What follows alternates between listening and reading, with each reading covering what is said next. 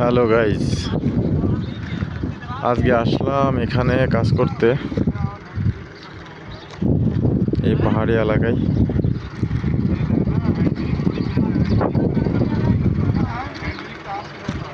এই তিনজন ইন্ডিয়ান নিয়ে আসছি, ওদেরকে নিয়ে কাজ করব।